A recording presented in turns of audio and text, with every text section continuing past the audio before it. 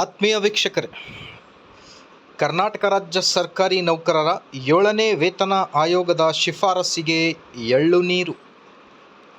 ಒಂದು ಲೇಟೆಸ್ಟ್ ಅಪ್ಡೇಟನ್ನು ತಮ್ಮೊಂದಿಗೆ ಶೇರ್ ಮಾಡ್ತಾ ಇದ್ದೀನಿ. ವಿಡಿಯೋನ ಕೊನೆವರೆಗೂ ವಾಚ್ ಮಾಡಿ. ಇವತ್ತಿನ ಬಿಗ್ ಅಪ್ಡೇಟ್ ಏನಿದೆ ಅಂತ ಡೀಟೇಲ್ ಆಗಿ ನೋಡ್ತಾ ಬರೋಣ. ಅದಕ್ಕಿಂತ ಮುಂಚೆ ವಿಡಿಯೋ ಸ್ಟಾರ್ಟ್ ಮಾಡೋದಕ್ಕಿಂತ ಮುಂಚೆ ನೀವು ಕೊಡುವ ಒಂದೇ ಒಂದು ಲೈಕ್ ನಮಗೆ ಸಪೋರ್ಟ್ ಆಗಿರುತ್ತೆ ವೀಕ್ಷಕರೇ. ದಯವಿಟ್ಟು ವಿಡಿಯೋನ ಲೈಕ್ ಮಾಡಿ, ಅದರ ಜೊತೆಗೆ ನಮ್ಮ ಯೂಟ್ಯೂಬ್ ಚಾನಲನ್ನು ಕೂಡ ಸಬ್ಸ್ಕ್ರೈಬ್ ಮಾಡಿಕೊಳ್ಳಿ. ವೀಕ್ಷಕರೇ, ರಾಜ್ಯ ಸರ್ಕಾರಿ ನೌಕರರ ವೇತನ ಪಿಂಚಣಿ ಹೆಚ್ಚಳ ಮಾಡುವ 7ನೇ ವೇತನ ಆಯೋಗದ ಶಿಫಾರಸುಗಳಿಗೆ ಸರ್ಕಾರ ತಾತ್ಕಾಲಿಕವಾಗಿ ಎಳ್ಳು ನೀರು ಬಿಡಲು ಗಂಭೀರ ಚಿಂತನೆ ನಡೆಸಿದೆ.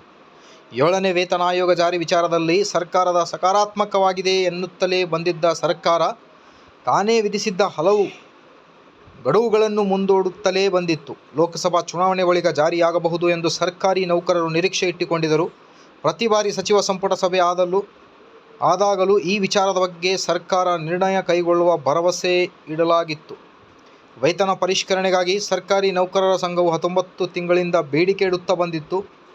ಹೀಗಾಗಿಯೇ ಸರ್ಕಾರವು ಕೆ. ಸುಧಾಕರ್ ರಾವ್ ನೇತೃತ್ವದ 7ನೇ ವೇತನ ಆಯೋಗ ರಚಿಸಿತ್ತು. 2024 ಮಾರ್ಚ್ 16ರಂದು ಸರ್ಕಾರಕ್ಕೆ ವರದಿ ಸಲ್ಲಿಸಿದ್ದ ಆಯೋಗ ಸರ್ಕಾರಿ ನೌಕರರಿಗೆ ಮೂಲ ವೇತನದ ಮೇಲೆ ಶೇಕಡಾ 27.5ರಷ್ಟು ಫಿಟ್ಮೆಂಟ್ ನಿಗದಿಪಡಿಸುವಂತೆ ಶಿಫಾರಸು ಮಾಡಿತ್ತು.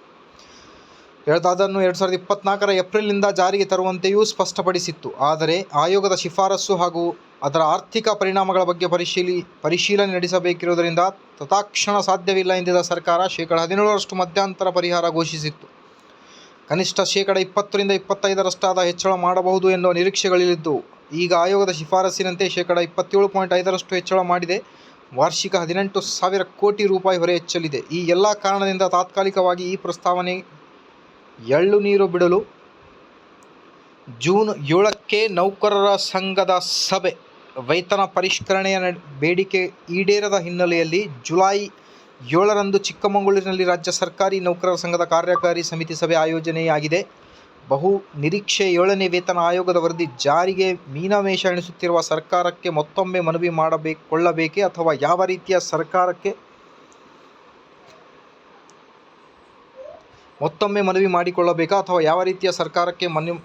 ಮನವರಿಕೆ ಮಾಡಿಸಬೇಕು ಎಂಬುದು ಚಿಂತನೆ ಮಂಥನೆ ನಡೆದಿದೆ.